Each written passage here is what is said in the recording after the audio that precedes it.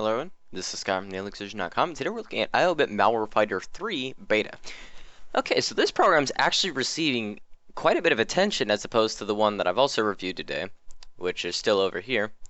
IObit Malware Fighter 3 has added a lot of new features that make the program more secure, and I think we're going to jump into the settings real quick so I can show you guys quickly. Scan settings, as always, we scan compressed zip files, scan executable files only is going to be off, but I'm not going to worry about that because it is a beta. Keep them off because you want it to scan every file.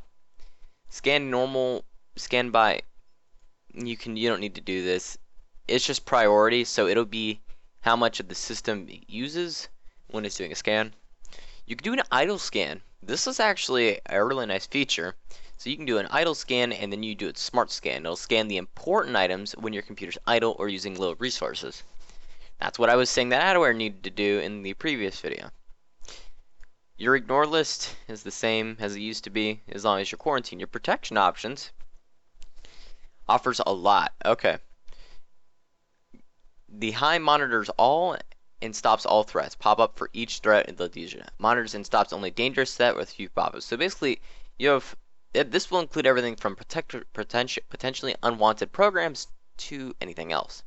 It has covers a lot more. You may receive a lot more pop-ups, and it probably won't lead to many more false positives, but I actually recommend keeping the high protection on. And as always, you have a DOG, original gene. It's just a heuristic engine. Your update, it'll do this, and we're done. Okay, but I want to go to the security guard. Okay, they've added quite a few new ones. Security Reinforce, which was added in IObit's Advanced System Care, is now added in here as well. It will recommend changes to your Windows machine that it should change. Network Guard is it will stop all incoming processes across your network that could be malicious.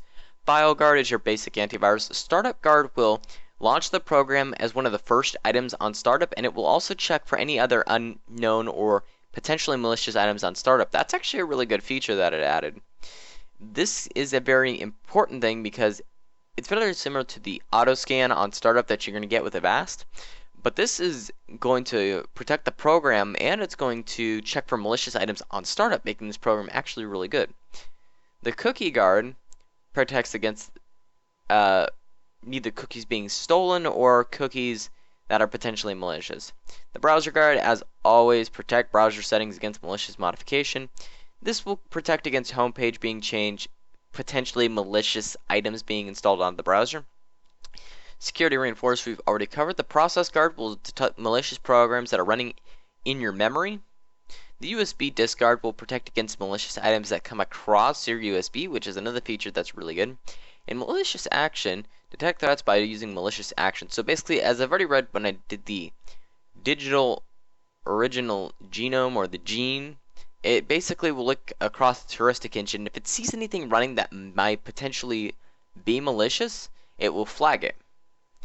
That's probably one of the most important features of this program because it's using its heuristics engine in real time as opposed to when it didn't. Your Action Center will tell you, hey, these are things that you can get. This is mostly just a plug-in for your computers for them to install more programs. Browser Protect. They've actually done some interesting things. The biggest thing that I saw was DNS Protect, which was new. It will prevent malware from modifying your DNS settings. Your DNS is, we can click right here and learn about it, but basically this is how you're going to connect. Most people use like OpenDNS as a form of protection, which it will block things on a network level and say, whoa, whoa, whoa, whoa, whoa. We flag this as malicious. You're not able to access it from the network settings. It will also prevent your computer's personal network settings from being changed. So if your computer has a specific DNS setting, whether it is over a proxy, a VPN, something that's modifying your DNS, this will protect and warn you if something's trying to get into it and modify it. You'll commonly see this with You'll commonly see that with malware that will redirect you. For instance, if I go to Google, if it automatically redirects me to some fake search engine that I don't know what it is, that's when you'll see this.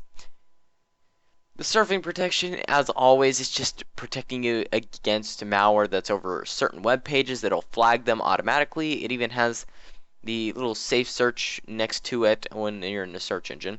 Your plugin/toolbar cleaner will protect your browser against malicious plugins or toolbars. And that's all about. But we have not a whole lot of real settings. Some of the interesting thing was your cloud, as always. Oh, it says all users of the IObit Malware Fighter has submitted 311,000. 98% of them were clean, and 2% were malicious. So if I want to analyze any file, I would just click here and go through, click on my file, and I'll submit it to IObit. It'll pop up in your browser and say, hey, this was found to be clean. And while it does have interesting features, I haven't tested the actual protection of the program yet. I did it earlier in 2014, and I found it to be very poor. It did very, very poor against other programs, barely finding any of the malware that I had of the 99 files. In fact, if I remember correctly, it didn't find any of them. Or if it did, it didn't find many.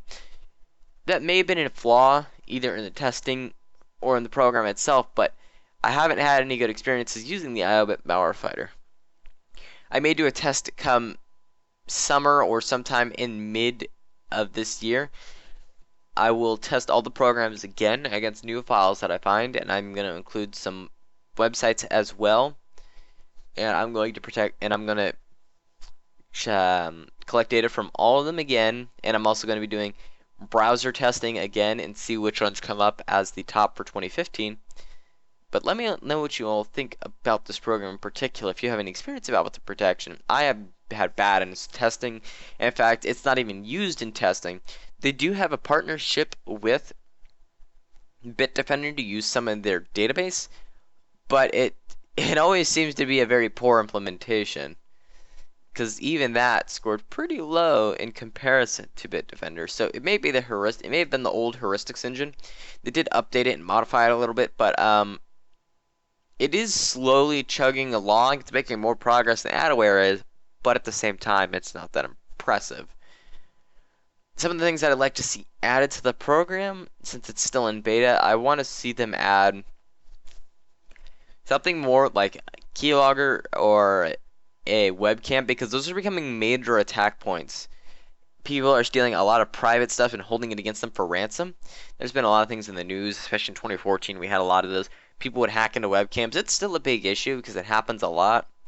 They'll hack into webcams. They may hack into your computer and put malware on there. And it's just becoming a wild pain in the butt.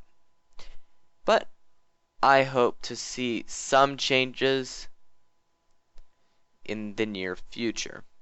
So thank you very much for watching. Please stay tuned for the next video. If you have any questions, comments, or concerns, put them below and I'll make sure to answer them. If you have anything else that you want me to review, also put them below and I'll make sure to check them out. Thank you very much for watching, and goodbye.